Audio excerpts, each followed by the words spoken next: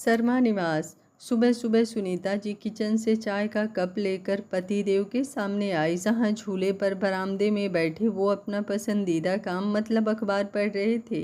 वाह, सुबह आपके हाथ की चाय मिल जाए तब तो दिन ही बन जाता है। दिनेश जी चाय का कप लेते हुए मुस्कुराकर बोले, आपकी चाय और ये अखबार, बस यही तो दिखता है आपको सुबह सुबह। वो हंसकर बोली और बैठ गईं। बिटिया कहाँ रह गई भाई, हमारी दिख ही नहीं रही आज। वो एक घूंट लेते हुए बोले, आंचल कहाँ हो सकती है, अपनी शिव भक्ति में लीन, मंदिर के लिए गई थी, अभी तक आई नहीं। आज तो कॉलेज के लिए भी देरी हो जाएगी इसे। और एक वो है नीलू, उसे तो बस सोने को कह दो, सबको पीछे छोड़ देगी ये लड़की। सुनीता जी ने कहा तो दिनेश जी हंस पड़े।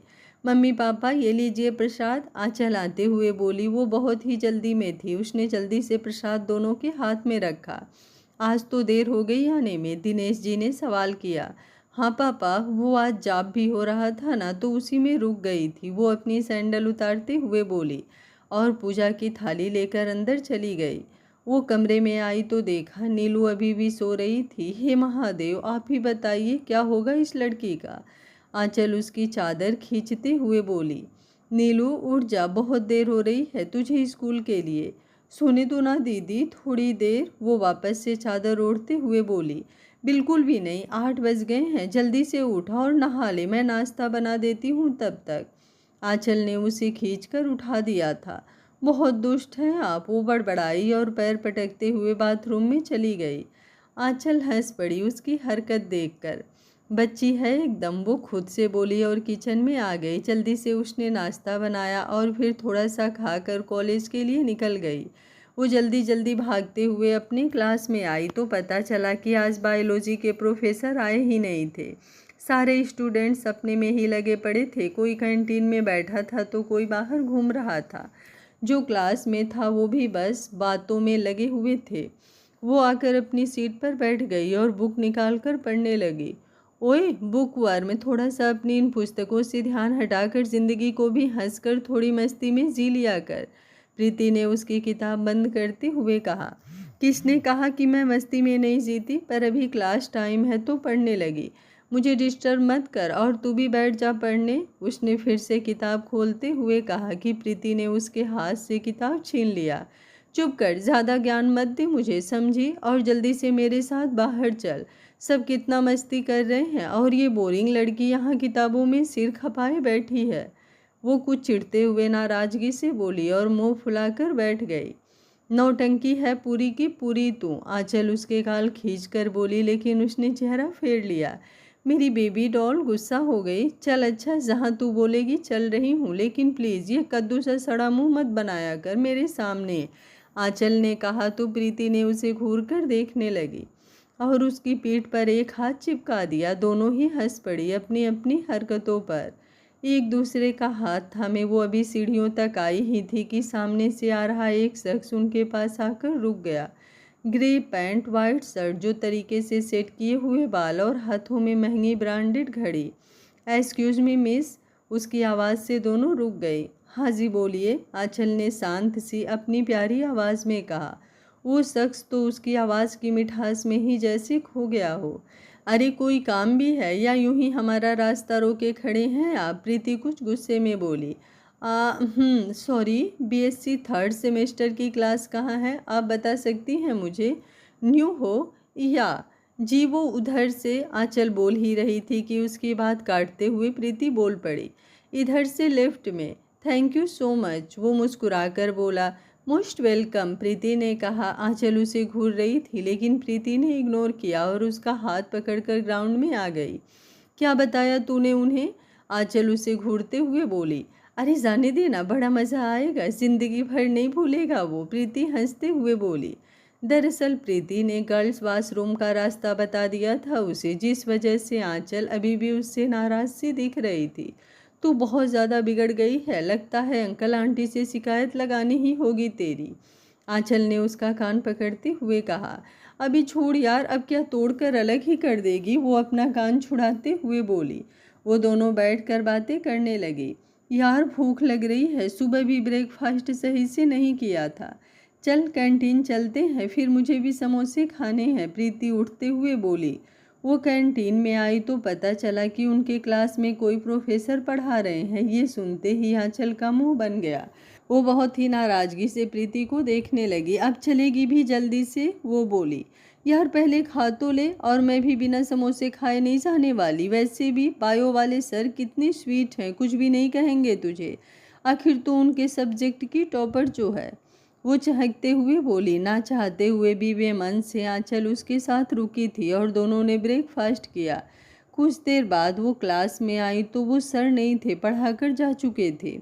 तेरी वजह से ही आज का लेक्चर मिक्स हुआ है, पहली बार मेरा। कोई नहीं, मैं नोट्स मंगा देती हूँ किसी से बस, प्रीति बोली।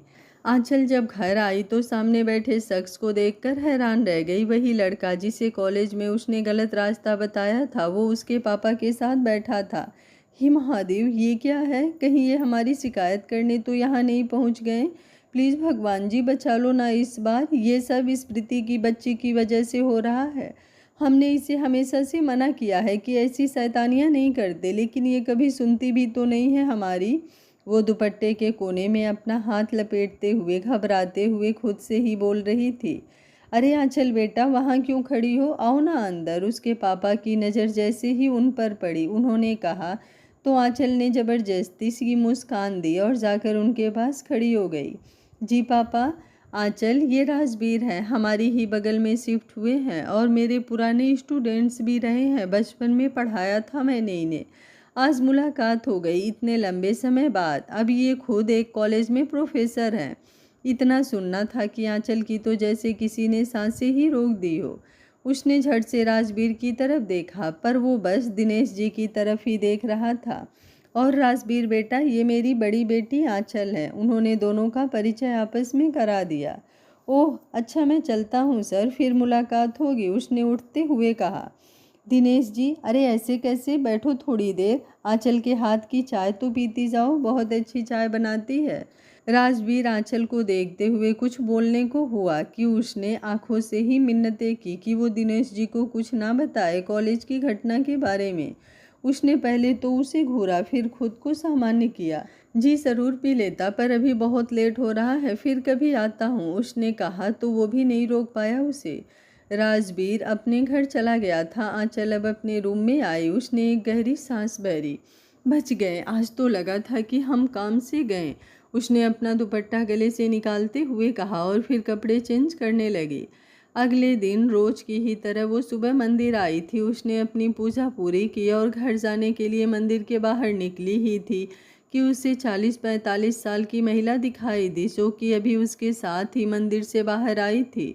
उनके घुटनों में काफ़ी दर्द हो रहा था। मंदिर की सीढ़ियों पर ही वो बैठ गई थी। आंटी, क्या हुआ आपको? कोई प्रॉब्लम है क्या? आंचल ने उनके पास बैठते हुए सवाल किया। महिला सीमा जी, जो राजवीर की माँ हैं। कुछ नहीं बेटा, बस पैर में थोड़ी मोच आ गई, थोड़ा बहुत दर्द हो रहा है। अब अकेले तो घर जाने से रही। कहाँ है आपका घर बताइए, मैं आपको छोड़ देती हूँ। ज़्यादा दूर तो नहीं है ना? वो झट से बोल पड़ी। अरे बेटा, तुम परेशान मत हो, बस इसी मंदिर के आगे बाएं पर जो मोहल्ला स्टार्ट होता है वहीं जाकर मेरा घर है। वहीं शिफ्ट हुए हैं हम लोग अभी जल्दी में ही, उन्होंने बताया। अरे वाह आंटी जी, ये तो बहुत अच्छी बात है, हम भी वहीं रहते हैं। अब तो कोई दिक्कत की बात भी नहीं है, चलिए हम आपके साथ ही चलते हैं, उसने मुस्कुराते हुए कहा और उनके हाथ से पूजा की थाल ले ली और अपने दूसरे हाथ से उनको सहारा दिया चलने लगी। कुछ ही देर में वो दोनों मोहल्ले में आ चुकी थी। ये रहा मेरा घर, सीमा जी ने कहा। आंचल ने हाँ में सिर हिलाया और उन्हें लेकर अंदर गई। कुर्सी पर उनके पति बैठे थे, जो कि उन्हें देखते ही उठ पड़े। सीमा, पैर में क्या हुआ और ये बिटिया कौन है? वो चिंतित होते हुए सवाल किए। परेशान मत होइए, इतना ठीक हूँ मैं, बस हल्की सी मोच आ गई थी तो चला नहीं जा रहा था। इस बच्ची ने मेरी हेल्प की और मुझे लेकर आई। आंचल नाम है, उन्होंने अपने पति महेश जी को बताया। थैंक यू बेटा, उन्होंने प्यार से उसके सिर पर हाथ फेरा तो आंचल मुस्कुरा दी। अच्छा आंटी जी, अब आप आराम कीजिए, मैं शाम को आती हूँ आपसे मिलने, अभी कॉलेज के लिए निकलना है मुझे, आंचल ने कहा। महेश जी बोले, कहाँ रहती हो बेटा? अंकल, आपके जस्ट बगल वाला घर मेरा ही है, उसने मुस्कुराते हुए कहा। ये सुन वो दोनों भी काफ़ी खुश हुए, क्योंकि उन्हें आंचल का स्वभाव काफ़ी अच्छा लगा था। मॉम, मैं कॉलेज के लिए निकलता हूँ, लेट हो रहा हूँ, सीढ़ियों से आते राजवीर ने कहा। ये यहाँ भी क्या मुसीबत है? पहले कॉलेज, फिर मेरे घर, और अब ये यहाँ भी। आंचल का मन हुआ कि अपना गला दबा ले। राजवीर को देखकर उसे कुछ ठसका सा लगा था। उन्हें देखकर कोई बोलेगा कि ये कॉलेज के प्रोफेसर हैं, लग रहा है कि जैसे लड़की को डेट करने जा रहे हैं। पर्सनालिटी तो देखो, पर उस पर ये इतना एरोगेंट सा लुक। आंचल उसका पूरा मुआयना करती हुई सोच रही थी कि उसके कानों में सीमा जी की आवाज़ पड़ी तो उसने अपना सिर झटका। ओफो आंचल, क्या क्या सोचने लग गई तू? उसने अपने सिर पर खुद ही मारा, जो देख राजवीर ने अजीब सी नज़रों से उसे घूरा। राजवीर बोला, ये बेवकूफ़ लड़की हमारे यहाँ क्या कर रही है? बेवकूफ़ किसे बोला आपने? वो झट से चिढ़ते हुए बोल पड़ी। तुम्हारे अलावा कोई और नहीं दिख रहा शायद, क्योंकि मॉम डैड से तो ऐसे बात करूँगा नहीं मैं, उसने बड़े अदब से कहा। तो आंचल ने सीमा जी की तरफ देखा। राज, ये क्या तरीका है? उस बेचारी बच्ची ने मेरी हेल्प की और तुम उसे ही सुना रहे हो? और एक बात बताओ, तुम दोनों जानते हो क्या एक दूसरे को, या पहले से भी मिले हो? सीमा जी ने पूछा।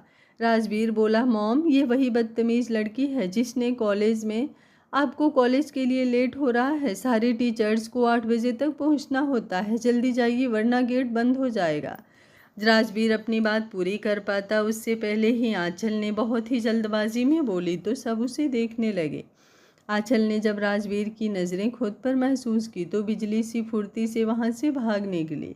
अब तुम भी जाओ वरना सच में लेट हो जाएगा, महेश जी ने कहा। तो राजवीर खुद में ही बड़बड़ाते हुए बाहर निकल गया।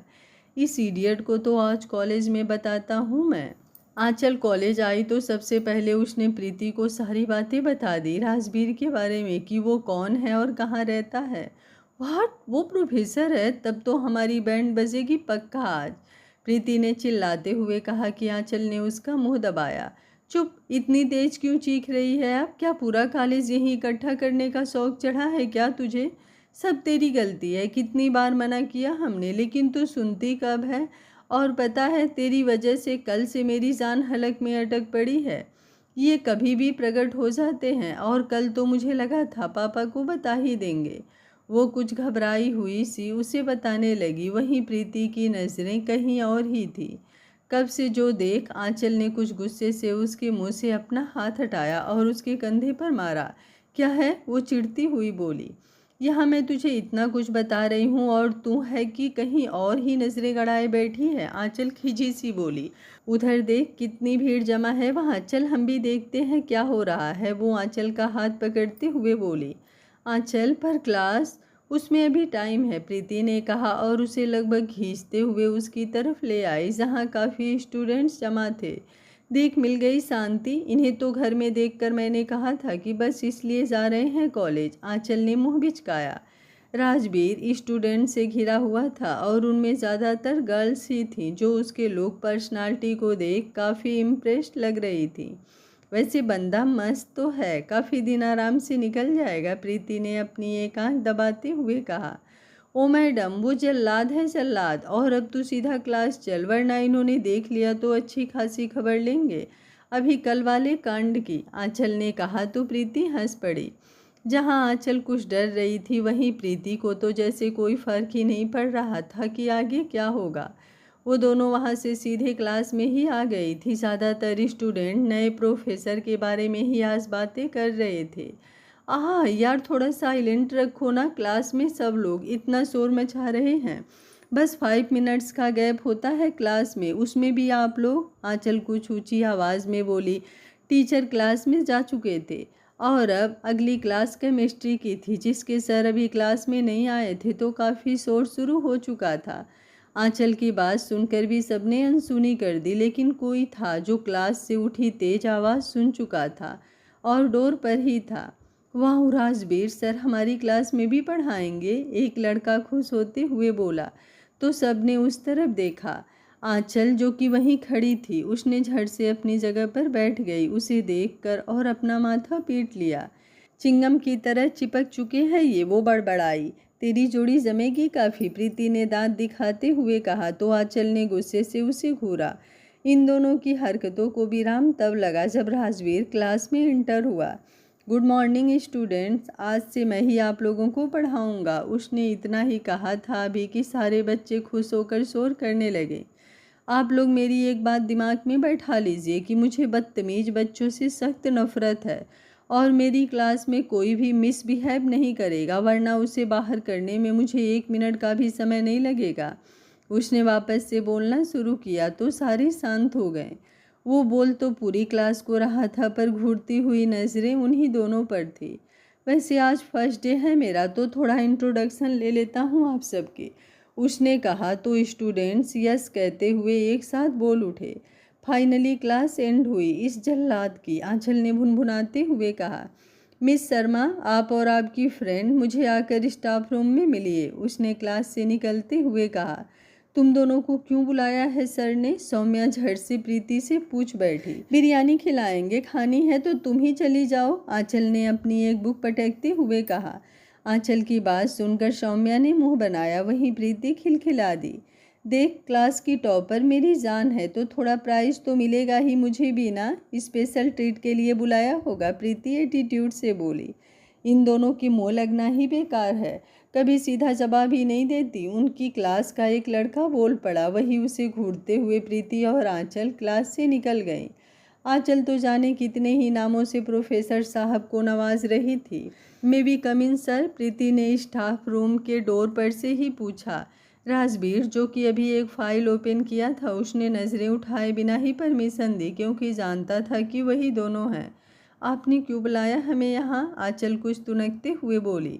सीरियसली भूल गई आप दोनों अपने किए कारनामों को, जो मैं बताऊं कि क्यों बुलाया है? उसने सख्त स्वर में कहा।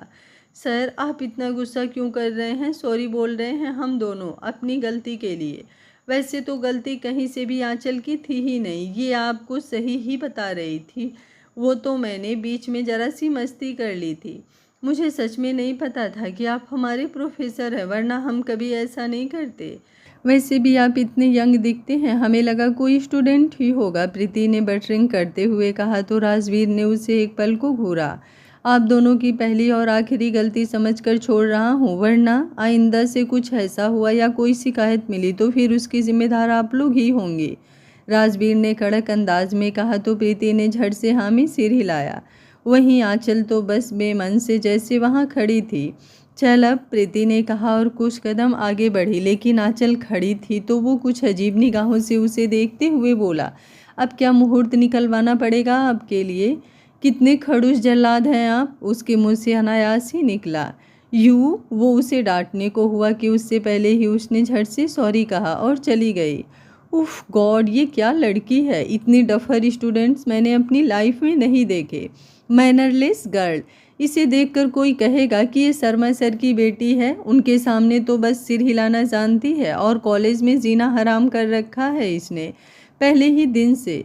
राजवीर बड़बड़ाया और अपना शेड्यूल देखने लगा कि अगली क्लास कहाँ है। आंचल कॉलेज से आने के बाद 10th और 12th के बच्चों को ट्यूशन देती थी, उससे उसका अच्छा खासा रिवीजन भी हो जाता था और अपने खर्चे के लिए पैसे भी मिल जाते थे। वैसे भी दिनेश जी की कोई बहुत बड़ी जॉब थोड़ी थी, वो रिटायर हो चुके थे, तो अब बेकरी खोल रखी थी जो कि काफ़ी बड़ी थी, और उनकी मदद के लिए 2 लड़के भी उनके साथ लगे रहे थे, डिलीवरी और बाकी कामों में मदद के लिए। कुल मिलाकर उन सब का जीवन अच्छा चल रहा था। उनकी दोनों बेटियां पढ़ रही थी। अभी वो ट्यूशन से फ्री होकर अपनी मम्मी के पास ही बैठी थी। मम्मी, जो बगल वाली आंटी आई हैं, आप उन लोगों से मिली? कितनी अच्छी है ना, वो अपनी मम्मी से पूछी। गई थी मिलने, तेरे पापा ने बताया था कि बहुत अच्छे लोग हैं और उनकी जान पहचान के भी हैं, तो सोचा पूछ लें, कोई ज़रूरत हो तो, उन्होंने मुस्कुराते हुए जवाब दिया। सुनीता जी बोली, सुबह मिली थी क्या तुम उनसे? काफ़ी तारीफ़ कर रही थी तेरी कि आपकी बेटी ने बहुत हेल्प की, उसके बाद उन्हें घर तक भी लाकर छोड़ा। आंचल ने सुबह की सारी बातें उन्हें बता दी। अच्छा, अब कैसी हैं आंटी? उनका पैर तो ठीक है ना? हाँ ठीक ही है, डॉक्टर के पास गई थी, ज़्यादा चोट नहीं आई, बस हल्की फुल्की मोच थी तो उन्होंने दवा दी थी, पर अभी तो आराम ही करने को बोला है। अभी तू थोड़ी देर में चली जाना उनके घर। मैं सोच रही थी खाना यहीं से बना कर दे देते हैं। क्यों मम्मी, उनके घर में तो सर्वेंट लगे हैं ना, इतने बड़े आदमी हैं वो लोग, नीलू झट से बोल पड़ी। हाँ, पर अभी आते ही थोड़ी ना यहाँ कोई मेड रख ली होगी उन्होंने। और वैसे भी कह रही थी कि खाना वो लोग खुद से ही बनाते हैं, सुनीता जी ने बताया। आंचल को भी मम्मी की बात सही लगी। कुछ देर बैठने के बाद फिर उसने जल्दी से सारा खाना बनाया, टिफ़िन में पैक किया। नीलू, ये तू दे आ आंटी के घर। दीदी प्लीज़, मेरा मन नहीं है, अभी देख रही हो ना मेरा फेवरेट शो आ रहा है, मैं कहीं भी नहीं जाने वाली। नीलू ने तो साफ ही इनकार कर दिया। तुझे बोल रही हूँ ना, ये टीवी ऑफ कर और जाकर खाना देकर आ, वरना तू पिट जाएगी हमारे हाथों से। पढ़ाई तो करनी नहीं है, बस टीवी ऑन करके बैठ जाती है तू। आंचल कुछ गुस्से से बोली। यार दीदी चली जाओ ना, आपको क्या दिक्कत है मुझसे, हमेशा मेरे ही पीछे पड़ी रहती हो। नीलू ने रोनी सी सूरत बनाते हुए कहा। आंचल, क्या है बेटा, तू ही चली जा, जब उसका मन नहीं है जाने का तो। अभी तक पढ़ी तो रही थी, थोड़ी देर आराम करने बैठी है, तू देख लेने दे उसे उसका शो। सुनीता जी ने आंचल को डपटा तो उसका मुंह बन गया। उसे वहां जाने से कोई परेशानी नहीं थी, पर सबसे बड़ी प्रॉब्लम राजवीर ही था, क्योंकि वो जानती थी कि अगर वो सामने पड़ा तो पक्का उन दोनों की बहस होगी, जो कि वो बिल्कुल भी नहीं चाहती थी। आखिर में ना चाहते हुए भी उसे ही जाना पड़ा, क्योंकि नीलू तो उठने से रही थी और सुनीता जी ने भी उसे ही डांटने लगी थी। जल्दी आ जाना। उसके घर से बाहर की तरफ कदम बढ़ाते ही सुनीता जी ने कहा तो उसने सिर हिलाया और फिर उनके घर आकर डोरबेल बजाई। कुछ देर में डोर खुल गया। सामने राजवीर था, जिसकी आंचल को देखते ही भवें तन चुकी थी। तुम फिर से सुबह शाम क्या मेरा ही सर खाना है? एक काम करो, यहीं शिफ्ट हो जाओ, फालतू का इतनी मेहनत नहीं करनी होगी आने जाने की, राजवीर बड़बड़ाते हुए बोला। आंटी आंटी कहते हुए आंचल ने उसे पूरी तरह से इग्नोर किया और घर के अंदर की तरफ बढ़ गई। वहीं राजवीर अपनी आंख चढ़ाए उसकी तरफ देखा। ये लड़की समझती क्या है खुद को? अरे आंचल बेटा तुम, और ये डब्बा क्यों है तुम्हारे हाथ में? आंचल की आवाज़ पर सीमा जी रूम से निकली थी। आंटी जी, ये आप सबके लिए खाना है, मम्मी ने कहा कि आपको आराम की ज़रूरत है, इसलिए हम दे आए बनाकर, उसने कहा और वो टिफ़िन का डब्बा डाइनिंग टेबल पर रखने लगी। क्या ज़रूरत थी बेटा इतना परेशान होने की, राज जा ही रहा था बनाने, उन्होंने कहा तो आंचल अपनी आंखें बड़ी कर उन्हें देखने लगी। सर को कुकिंग भी आती है? उसने कुछ हैरानी से पूछा। मुंह बंद कर लो, मच्छर चला जाएगा, राजवीर वहां आते हुए बोला तो उसका मुंह बन गया। राज क्यों इतना करता रहता है बच्ची से, उन्होंने उसे टोका। आंटी आप कुछ मत बोलिए, वरना कॉलेज में हमें ही डांटेंगे फिर से, उसने मुंह बिचकाया। सट अप, वो कुछ और बोलती उससे पहले ही राजवीर कुछ सख्त होते हुए उसे डांट दिया। सीमा जी ने दोनों को देख अपना सिर पकड़ लिया। अच्छा बैठ जा, भूख लगी थी ना तो खाना खा ले, राजवीर को जाता देख सीमा जी ने कहा। वहीं आंचल टिफिन ओपन कर रही थी। पर पापा, जब वो आएंगे तो खा लेंगे, तुम बैठो, उन्होंने कहा तो वो बैठ गया। बेटा तुम राज की प्लेट लगा दो, मैं तब तक पानी ले आती हूँ, वो खाली जग उठाते हुए बोली। आप भी बैठ जाइए, गर्म गर्म खा लीजिए, मैं परोस देती हूँ, आंचल ने कहा और दोनों की प्लेट लगा दी। फिर जल्दी से किचन से पानी भी ले आई। इतनी ऑयली, राजवीर खाने को देखते ही बोल पड़ा। क्या हुआ, खाना ठीक नहीं है क्या? आंचल ने ये सुनते ही पूछा। सीमा जी बोली, नहीं नहीं बेटा, खाना तो बहुत टेस्टी है, दरअसल राज को ऑयली फूड कम ही पसंद है, कम मिर्च मसाले वाला खाना ही खाता है। खाता है? राजवीर ने प्लेट देखते हुए कहा। इनके नेचर से तो लगता है रोज मिर्च के पराठे ही खाते होंगे, आंचल धीरे से बोली, लेकिन राजवीर सुन चुका था। तुमने बनाया है ना ये? वो उसे देखते हुए बोल पड़ा तो आंचल ने हाँ में गर्दन हिला दी। आप एक बार टेस्ट करके देखिए, इतना भी बुरा नहीं है, आंचल ने झट से कहा। हाँ राज बेटा, खाना वाकई काफ़ी अच्छा बना है और कभी कभी तो खा ही सकते हो। सीमा जी ने जब कहा तो उसे कोई जवाब नहीं सूझा, वैसे भी उसे भूख लगी थी और खाने से मना करने का मतलब था कि उसे खुद से कुछ बनाना पड़ता अपने लिए, जिसमें काफ़ी टाइम लगता। उसने बेमन से ही सही पहलानी वाला मुंह में डाला तो स्वाद में ही खो गया। खाना सच में बहुत टेस्टी बना था। अच्छा आंटी जी, अब हम चलते हैं, कोई काम हो तो बोल देना है आप, आंचल ने कहा और फिर अपने घर चली गई। वहाँ से आने के बाद उसने डिनर किया, फिर सारा काम निपटाने लगी, जिसमें थोड़ी बहुत मदद नीलू भी कर रही थी। तू छोड़ ये सब और जाकर पढ़ाई कर, हम कर लेंगे, आंचल ने नीलू के हाथ से बर्तन लेते हुए कहा। पर दीदी थक गई होगी, सुबह से शाम तक कितना काम करना होता है आपको, उसने कहा तो आंचल मुस्कुराई। नहीं थकती, तू जाकर पढ़, उसने नीलू को पढ़ने को कहा। फिर सारे बर्तन धुले। रात के 9 बजे वो सारे कामों से आराम पाई थी, पर सो नहीं सकती थी। अपनी पढ़ाई भी तो करनी थी, उसका एक ही तो ड्रीम था, साइंटिस्ट बनने का। साइंस में बहुत इंटरेस्ट था उसे। राजवीर की नींद खुली तो उसने हाथ बढ़ाकर बेड के एक साइड रखा, अपना फ़ोन उठाया। सुबह के 4 बज रहे थे। उसने अपनी आंखें मस ली और अंगड़ाई भरते हुए बिस्तर से उतरा। वो वहाँ से टेरिस पर आया वर्कआउट के लिए, तो नज़र बगल वाले टेरिस पर जल रही लाइट पर गई। उसने उस तरफ गर्दन घुमाई तो उसकी आंखें कुछ बड़ी हो गई। आंचल लाइट्स की रोशनी में वहीं टहल टहल कर पढ़ रही थी। उसके हाथ में बायो की एक मोटी सी बुक थी जो कि काफ़ी हाई लेवल की थी। वो दोनों घरों के बीच बनी रेलिंग के पास आ खड़ा हुआ और उसकी तरफ देखने लगा। लड़ने के साथ साथ पढ़ने में भी काफ़ी इंटेलिजेंट लगती है, वो खुद से ही बोला और अपनी दूसरी साइड आ गया। उसने अपनी टी शर्ट उतारी और फिर पुशअप करने लगा। इधर आंचल को करीब आधे घंटे बाद कुछ आवाज़ आई तो उसने उस तरफ घूम कर देखा। नीलू आ गई थी वहाँ और राज को वर्कआउट करते हुए देख रही थी। छी, क्या देख रही है तू अनाप शनाप, उसने नीलू की आंखों पर हाथ रख दिया। क्या है दी, आंखें तो खोलो मेरी, वो आंचल का हाथ हटाते हुए बोली। दोनों की आवाज़ सुन राजवीर, जो अपना वर्कआउट करके टॉवेल से पसीना साफ कर रहा था, उस तरफ देखने लगा। लोगों को कोई तमीज़ ही नहीं रह गई है। देख रहे हैं बगल में सभ्य घर की लड़कियां भी रहती हैं और कपड़े उतार कर कहीं भी शुरू हो जाते हैं, और तू इतनी बदतमीज़ हो गई है कि देख भी रही थी उस तरफ। आंचल कुछ गुस्से से नीलू से बोली, पर उसका सारा इशारा राज की तरफ ही था। दी क्या है, और फ्लावर्स देखने में कौन सी बदतमीजी कर दी मैंने, वो चिढ़ते हुए बोली। तो आंचल ने उस तरफ देखा। राज की बालकनी में बहुत अच्छे अच्छे फ्लावर्स रखे थे। बदतमीजी तुम्हारे देखने में नहीं नीलू, तुम्हारी दी की सोच में भरी हुई है। वो टॉवेल अपने दोनों कंधों पर फैलाता हुआ दीवार के पास आकर खड़ा हुआ। नीलू ने असमंजस से उसे देखा। वहीं एक पल को आंचल को शर्मिंदगी सी हुई, पर उसके सामने वो चुप कैसे हो सकती थी। अच्छा जी, हमारी सोच बुरी है तो मत आया करिए इतने टाइम यहाँ। ये हमारे पढ़ने का टाइम होता है और हम नहीं चाहते कि कोई कुछ भी बोल सके। 1 मिनट, ये तुम्हारे आने का टाइम है का क्या मतलब? तुम जहाँ भी मौजूद हो कोई आए ही ना। एंड सेकेंड थिंग, मुझे कोई प्रॉब्लम नहीं है, प्रॉब्लम तुम्हें है ना, तो तुम इतनी टाइम नीचे चली जाया करो, क्योंकि ये मेरे वर्कआउट की टाइमिंग होती है।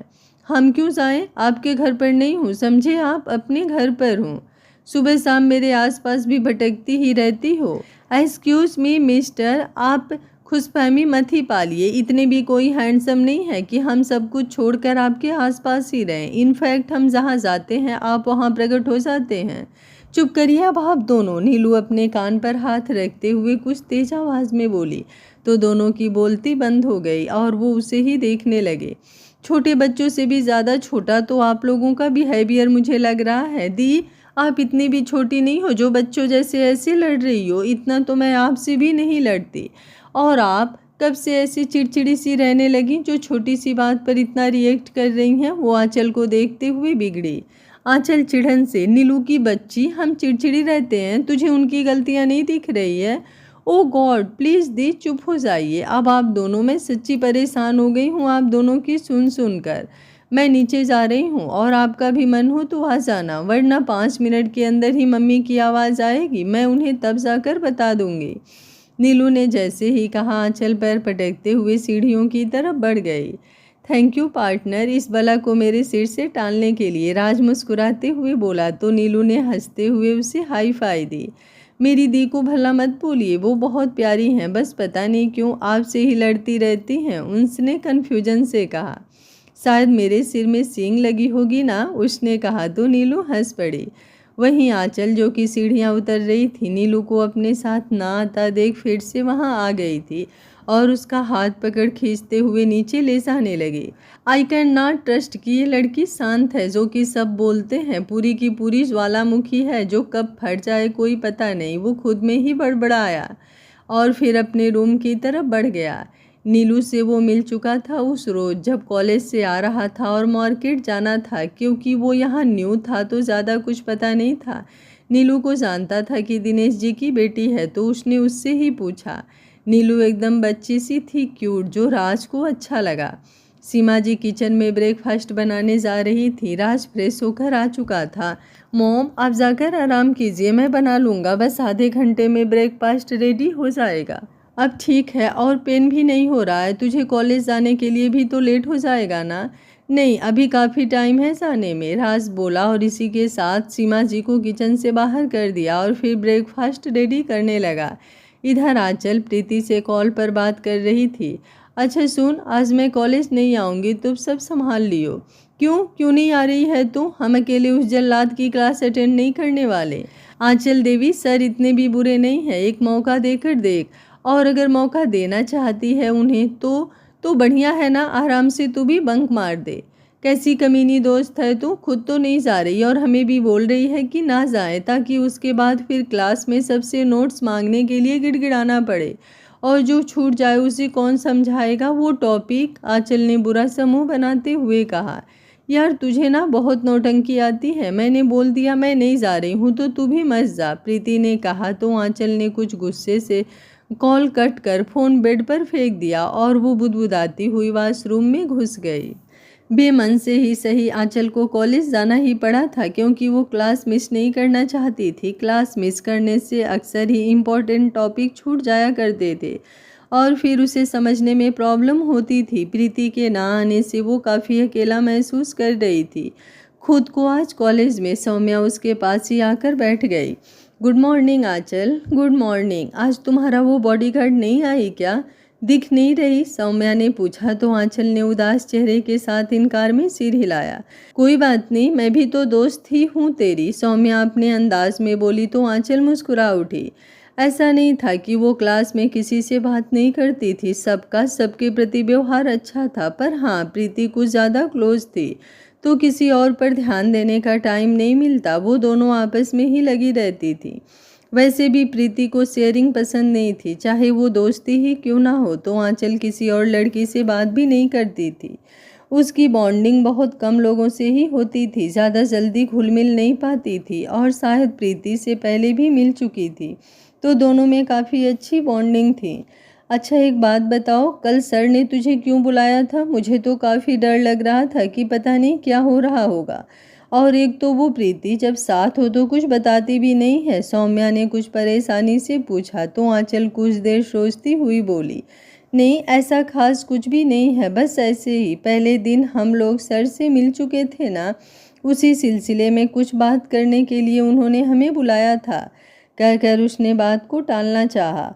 ओह अच्छा, ये बात, मैं सोची पता नहीं क्या हो गया, वो अपने कंधे उचकाते हुए बोली। तो आंचल बस मुस्कुरा दी। कुछ ही देर में बायो के टीचर आ गए तो उन दोनों की बातों को भी विराम लगा और सब क्लास में ध्यान देने लगे। बच्चों, आप लोगों का पता ही है कि 2 दिन बाद से नवरात्रि का त्यौहार शुरू होने वाला है। तो जैसा कि आप सब जानते हैं कि हमारे कॉलेज में हर बार नवरात्रि बहुत अच्छी तरह से सेलिब्रेट की जाती है, तो इस बार भी दुर्गा पंडाल लगेगा और नवरात्रि की पूजा होगी।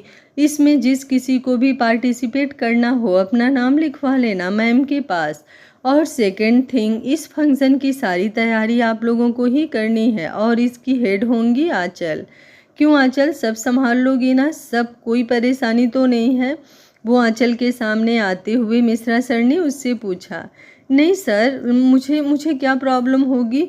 मुझे तो बहुत खुशी होती है नवरात्रि फेस्टिवल पर आप मुझे दे रहे हैं इतनी बड़ी जिम्मेदारी, इससे बड़ी खुशी की बात क्या ही होगी मेरे लिए। मैं अपनी पूरी कोशिश करूंगी कि आपको शिकायत का कोई मौका ना मिले, आंचल ने मुस्कुराते हुए कहा। मुझे पूरी उम्मीद है आंचल कि तुम अच्छा ही करोगी, मिश्रा सर बोले। आंचल उनकी फेवरेट स्टूडेंट्स थी, पढ़ने में सबसे अच्छी और वैसी ही शरारती भी। वाह यार, नवरात्रि फेस्टिवल, बहुत मज़ा आएगा कॉलेज में इस बार तो। डांडिया भी होगा, सौम्या खुश होते हुए बोली। सर सबको इन्फॉर्म करके क्लास से बाहर चले गए थे और सब स्टूडेंट आपस में ही डिस्कशन कर रहे थे। आंचल बोर हो रही थी तो वहाँ से निकलकर कैंपस में चली गई। कुछ देर बाद जब अगली क्लास का टाइम हुआ तो वो वापस से क्लास में आई, लेकिन क्लास में राजवीर को पढ़ाता देख उसके कदम ठिठक गए। महादेव, अभी तो क्लास स्टार्ट होने में 2 मिनट बाकी ही है, ये हमसे पहले क्लास में कैसे आ गए? उसने परेशानी से कहा, फिर खुद को प्रिपेयर करके बोली, मैं आई कम इन सर। राजवीर जो पढ़ाने में व्यस्त था, उसने बुक से ध्यान हटाकर डोर की तरफ देखा, फिर इग्नोर कर वापस से पढ़ाने लगा। एक्सक्यूज मी सर, आंचल अब कुछ खींचते हुए बोली। डिस्टर्ब क्यों कर रही हैं? जब आपको स्टडी नहीं करनी है तो ये कोई टाइमिंग है? मैं पिछले आधे घंटे से पढ़ा रहा हूँ और आप बाहर टहल रही हैं। मैंने क्लास के पहले दिन ही बता दिया था कि मुझे कोई डिस्टरबेंस नहीं पसंद क्लास के बीच। राजवीर कुछ सख्त होकर बोला। पर सर, आपकी क्लास तो। आंचल ने कुछ बोलने की कोशिश की। जस्ट शट अप, उसने पल भर में उसे चुप करा दिया।